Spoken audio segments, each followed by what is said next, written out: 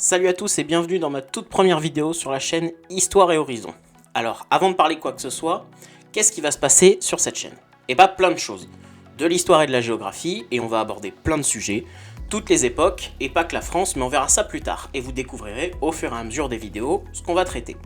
Alors évidemment, on va voir des grands moments de l'histoire du monde, les deux guerres mondiales, la Révolution française, etc.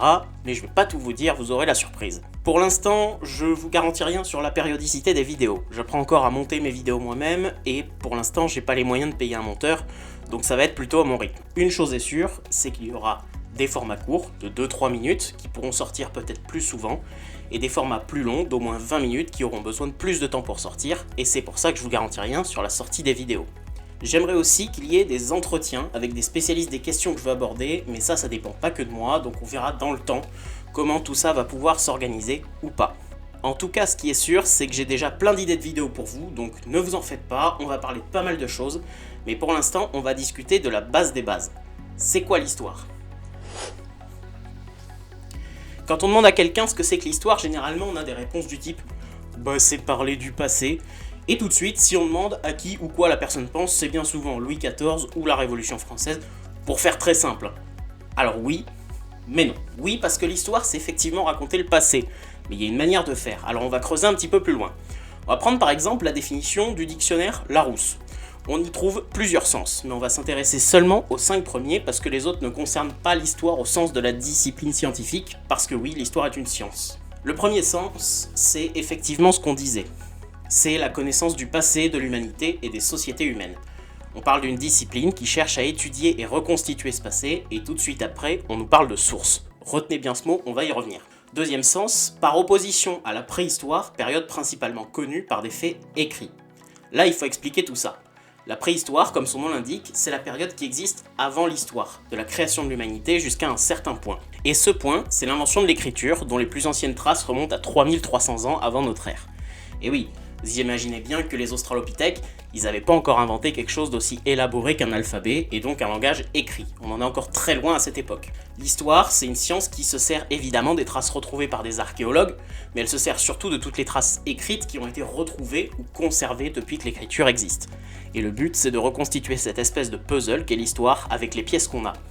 C'est pour ça que l'histoire, c'est pas juste dire ce qui s'est passé, mais c'est aussi la construction d'un récit qui est cohérent au vu de ce qu'on a et de ce qu'on sait d'un événement ou d'une époque. Maintenant qu'on a éclairé tout ça, on regarde le troisième sens. Le passé de l'humanité, la suite des événements qui le constituent, considérés en particulier dans leur enchaînement et leur évolution.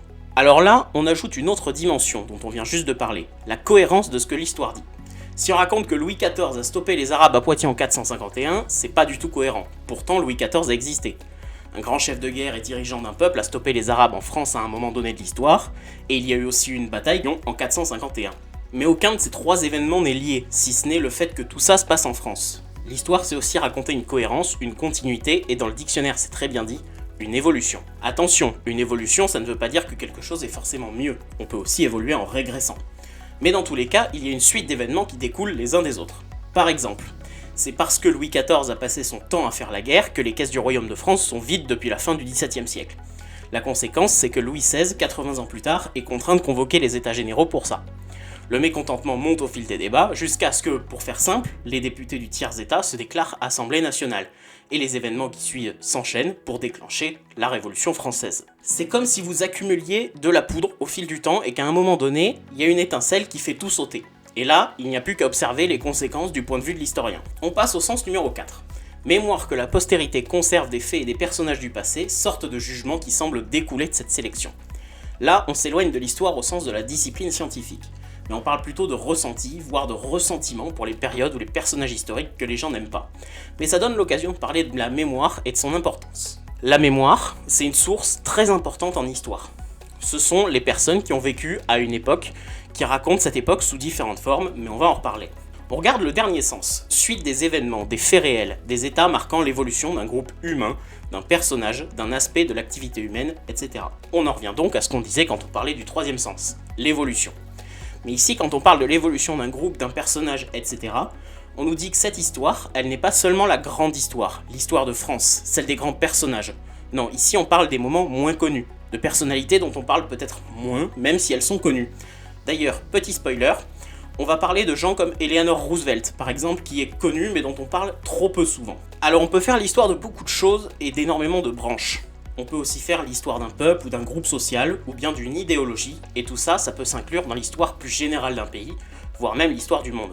On verra dans une autre vidéo qu'en géographie, c'est un petit peu la même chose. Maintenant qu'on a dégrossi un peu tout ça, on voit à peu près ce que c'est que l'histoire. Mais il y a quand même une autre question derrière, c'est comment on fait de l'histoire. Parce que oui, l'histoire c'est vraiment beaucoup plus que ce qu'on vous apprend à l'école, au collège ou au lycée. Si vous allez en fac d'histoire, là vous commencez à toucher du doigt ce que c'est que de faire réellement de l'histoire. Alors on va voir ça. Faire de l'histoire, c'est fouiller à plusieurs endroits. Vous vous rappelez il y a quelques minutes quand je vous ai dit de retenir le mot source? Bah ça y est, on y est. Les sources en histoire, il y en a un paquet, mais il faut les trier, sinon on s'en sort pas. Il y a des sources qu'on appelle des sources primaires et des sources secondaires. La source primaire, c'est la source brute. C'est celle qui a été produite au moment où l'événement qu'on étudie est en cours. La source secondaire, elle est produite après, que ce soit 3 mois ou 100 ans après, c'est la même chose. Des sources, il y en a de nature différente. Il y a des sources écrites, extraits d'état civil, journaux intimes, correspondances écrites, articles de journaux, archives publiques par exemple. Des sources iconographiques, tableaux, photos, vidéos. Et il y a aussi des sources primaires sous forme d'objets. Les sources secondaires, elles peuvent également être sous toutes ces formes, mais produites plus tard. On trouve parmi ces sources des articles scientifiques, ou des publications qui sont, elles, basées sur les sources primaires dont on vient de parler. Les historiens se basent sur les sources primaires pour construire leurs articles et publications scientifiques et donc contribuer à développer nos connaissances en histoire. Il reste un obstacle sur ces sources. Il faut faire très attention à l'angle pris par l'auteur dans la source en question. L'idéologie qui peut être derrière, c'est pour ça que le travail de l'historien consiste à nuancer les propos ou les idées qui sont présentes dans ces sources. Il faut aborder une autre chose très importante quand on parle d'histoire. Comment tout ça, ça s'organise? On parle ici de périodisation. Comment est-ce qu'on découpe l'histoire? Par convention, on découpe l'histoire en 4 périodes. Antiquité, Moyen-Âge, temps moderne, époque contemporaine. On va détailler un peu tout ça.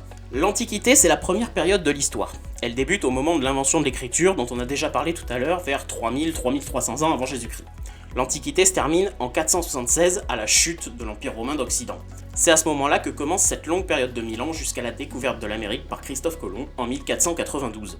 Une nouvelle période s'ouvre alors, les temps modernes, qui courent jusqu'à la Révolution française qui débute en 1789. Depuis cette date, nous sommes dans l'époque contemporaine. Alors première chose, je vous ai donné des dates, mais les historiens entre eux débattent de ces dates-là. Pour certains, la fin de l'Antiquité, c'est plutôt le baptême de Clovis, dont la date est fixée en 496, même si c'est pas le cas, mais on en parlera dans une autre vidéo. Pour d'autres, c'est bien la chute de l'Empire romain d'Occident en 476. Pour le Moyen-Âge, pareil, découverte de l'Amérique ou chute de Constantinople. Ça paraît rien comme ça, mais il y a quand même 39 ans d'écart. 1453 pour Constantinople, 92 pour l'Amérique. Ça veut dire que ces traditions et ces conventions, elles peuvent bouger. D'ailleurs, pourquoi est-ce qu'on s'amuserait pas à le faire nous-mêmes? Alors voilà, j'ai tracé une frise chronologique et j'ai découpé l'histoire en 9 périodes, parce que pourquoi pas. Première période, elle commence bien en 3300 avant Jésus-Christ parce qu'il faut bien commencer quelque part. Et elle se termine en 753 avant Jésus-Christ à la fondation légendaire de Rome. C'est l'âge des cités. Puis jusqu'en 395, on est dans l'âge romain. Je considère ici que la division de l'Empire romain a été plus brutale que la chute de l'Empire romain d'Occident de 476, mais on en reparlera. Troisième période, jusqu'en 800, date du sacre de Charlemagne comme empereur d'Occident. C'est l'âge des royaumes dits barbares, qui remplace ce qui a été l'Empire romain en Europe de l'Ouest. Ensuite, jusqu'en 1066, c'est la bataille de Stamford Bridge, c'est l'âge viking, où les invasions secouent l'Europe et où ce peuple monte en puissance en Europe du Nord. La cinquième période va de 1066 à 1346, c'est la date qu'on donne dans la périodisation officielle au début du Moyen-Âge tardif. Et donc cette période se nomme Moyen-Âge, qui sera cette fois-ci beaucoup plus court. Période suivante, la Renaissance, cette fameuse Renaissance dont on ne sait jamais trop quoi faire ni où la placer. Dans la réalité, c'est un mouvement qui naît au Moyen-Âge tardif en Italie et qui se termine dans le courant du XVIIe siècle. J'ai décidé de mettre la fin du règne de Louis XIV dans cette période, ce qui nous amène à 1715. On arrive à la 7e période qui court jusqu'à l'abdication de Napoléon en 1815, c'est l'âge des Lumières. Puis jusqu'au déclenchement de la Première Guerre mondiale, c'est l'âge industriel, et depuis, nous sommes dans l'époque contemporaine. D'ailleurs, vous pouvez vous essayer à ce petit exercice, prenez une liste de grandes dates de l'histoire du monde et essayez de chercher des dates de rupture et des périodes pour l'histoire. Vous pouvez les mettre en commentaire et peut-être que j'en ferai une vidéo pour voir si vos périodes fonctionnent ou pas. En ce qui concerne ma périodisation, il y a évidemment des petites choses qui sont bancales, mais j'essaye de rester un petit peu cohérent. La périodisation, elle pose quand même une question. Si on met des dates de rupture, il faut que la rupture se soit ressentie à ce moment-là. On va prendre l'exemple de la fin de l'Antiquité, 476. Donc ce qui se passe, c'est que le dernier empereur romain d'Occident, Romulus Augustule, est déposé et c'est la fin de l'Empire. Pour autant, est-ce que la population a vu une différence d'un jour à l'autre? Je ne pense pas, et il semble assez clair que ce ne soit pas le cas. Dans le même temps, est-ce que le style vestimentaire a changé du tout au tout? Non plus. La culture n'a pas évolué du jour au lendemain non plus, donc toutes ces choses-là se font sur un temps beaucoup plus long qu'une simple date de rupture, et c'est ce que dit l'historien Jacques Le Goff dans son essai qui s'appelle « Faut-il vraiment découper l'histoire en tranches ?», et qui a été publié en 2013 juste avant son décès. Il remet justement en cause toutes ces dates de rupture et s'interroge sur le fait qu'elles sont peut-être en contradiction avec ce qu'on a vu tout à l'heure dans les définitions, c'est-à-dire l'idée d'évolution, d'avancée dans l'histoire. Et maintenant qu'on a remis tout ça en cause et en perspective, on va vraiment pouvoir parler d'histoire. Voilà, merci à tous d'avoir regardé cette vidéo, n'hésitez pas à vous abonner, à mettre un petit pouce en l'air si ça vous a plu et que vous ne voulez pas louper les prochaines. Et moi je vous dis à bientôt pour une prochaine vidéo sur Histoire et Horizon. Salut!